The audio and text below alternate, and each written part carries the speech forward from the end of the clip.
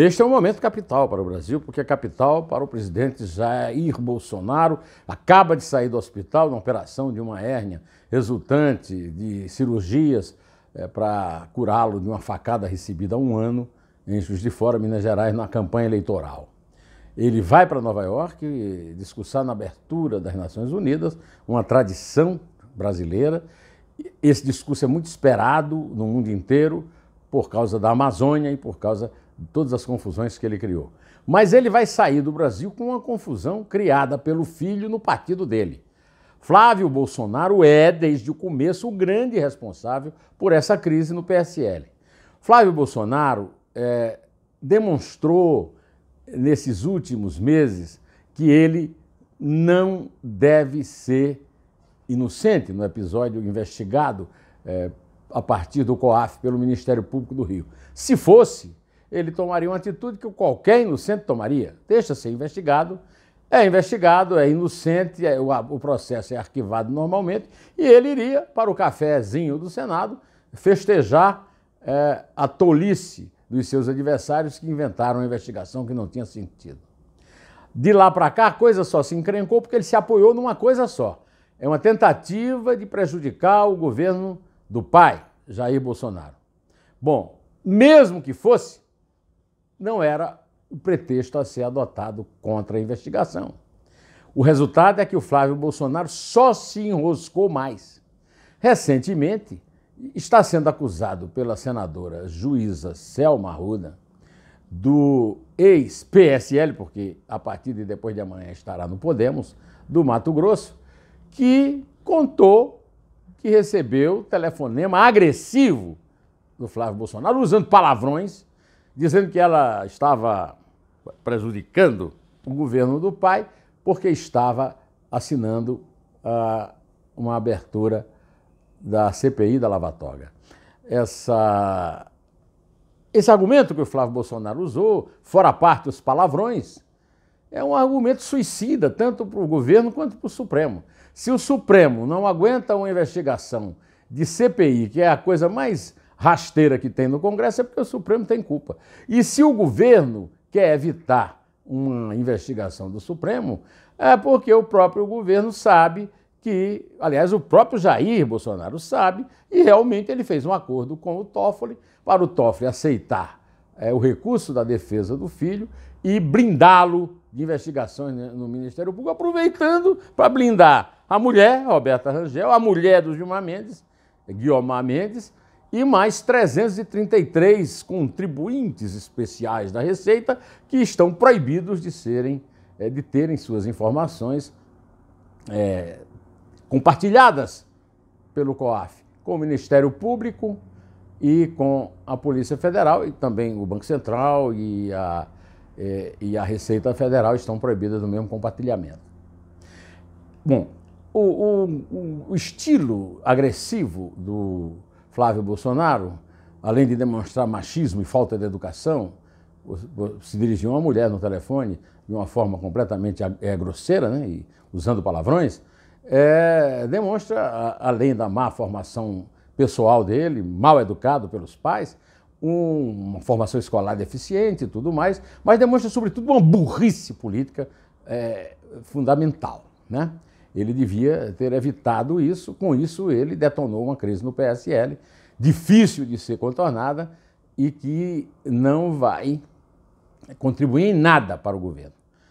Acho que até vai, no seguinte sentido: diante disso tudo, o Bolsonaro não tem mais como abrir mão de Sérgio Moro, com seus resultados espetaculares na Justiça, e de outros ministros de excepcional qualidade, que são os melhores ministros da história da República. O Paulo Guedes na economia, a Tereza Cristina na agricultura, o Mandetta na saúde, que são exceções num governo povoado por guerras ideológicas.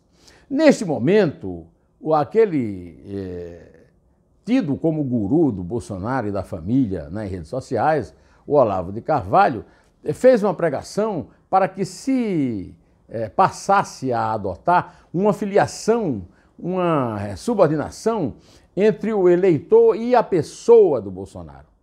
Isso é uma coisa óbvia, o Bolsonaro já foi chamado de mito, e há uma militância de direita bolsonarista, mas nem toda direita é bolsonarista, e também essa conexão com a pessoa, passando por cima do partido, da democracia, é uma conexão que a história mostra a pior possível. É o culto à personalidade, que marcou regimes como, por exemplo, o regime de Mao Zedong da China, de Stalin e Lenin. Lenin tinha até o cadáver exposto em Moscou, dos irmãos Castro em Cuba, Pol Pot em Camboja e por aí afora. Mussolini na Itália. Regimes personalistas são regimes indesejáveis, que estão fora do tempo. Nós não vivemos em tempo de ter esse tipo de coisa. Então, essa pregação do Olavo de Carvalho é altamente prejudicial ao Bolsonaro, muito embora eu não entenda até agora porque isso ainda possa vir a causar problemas, sabendo que o senhor Olavo de Carvalho mora nos Estados Unidos e não tem influência sobre nenhum voto aqui no Brasil. Agora, isso é um problema do Bolsonaro, ele vai ter que resolver, e acho que pode até resolver se favorecendo a si mesmo e nos favorecendo, se ele realmente fazer o que prometeu na campanha, ser um presidente para tirar o Brasil da herança petista, ser um presidente que apoiará o combate à corrupção da Operação Lava Jato, do ministro da Justiça dele, Sérgio Moro, e de todos os juízes e promotores decentes do Brasil, da primeira e da segunda instância. Isso exclui um acordão entre Rodrigo Maia, Davi Alcolumbre, Dias Toffoli e Bolsonaro. Esse acordão é extremamente prejudicial, mas ainda está em tempo dele sair dele. Ou ele faz isso, ou ele vai se limitar àquelas pessoas que vão se cadastrar nesse cadastro que o Olavo de Carvalho está propondo e que eu acabei de ouvir a deputada Janaína Pascoal, cuja lucidez eu admiro, dizer que é infantil. Acho até que é um elogio da deputada, da constitucionalista, da autora do impeachment de Dilma e agora autora do impeachment do Dias Toffoli, Janaína Pascoal. É mais do que infantil. Isso aí é altamente nocivo, é doentio, é antidemocrático e deve ser afastado com rigor. O Bolsonaro deve... Eu não vou aqui dar conselhos a ele. Minha avó dizia que se conselho fosse bom se vendia na farmácia, mas o melhor para o Brasil é que ele mantenha o Moro a seu lado, mantenha o Paulo Guedes a seu lado, a Tereza Cristina, a parte boa do seu ministério, e que passe a governar pensando nos compromissos antipetistas e a favor do combate à corrupção que ele assumiu antes das eleições. Assim ele será fiel ao seu eleitorado e estará presidindo para todos os brasileiros, inclusive os que não votaram nele. O presidente Bolsonaro vai a Nova York, vai fazer um discurso histórico e tudo o que eu espero é que ele faça um discurso que desfaça todos os mal-entendidos criados pela sua loquacidade excessiva e pelo desapego que ele tem a conjugar o verbo ouvir na primeira pessoa, de qualquer tempo e em qualquer modo verbal. Eu, como brasileiro, torço para que ele faça isso, para que ele dê a volta necessária nessas tentativas de torná-lo, depois de mito, Deus, uma espécie de Lenin brasileiro, de Fidel Castro brasileiro, né, para que ele possa realmente cumprir o seu dever constitucional, de atender primeiro quem votou nele para que ele cumpra a missão que está fácil de cumprir, que é destruir o PT, porque o PT se destrói a si mesmo com a sua campanha de Lula livre.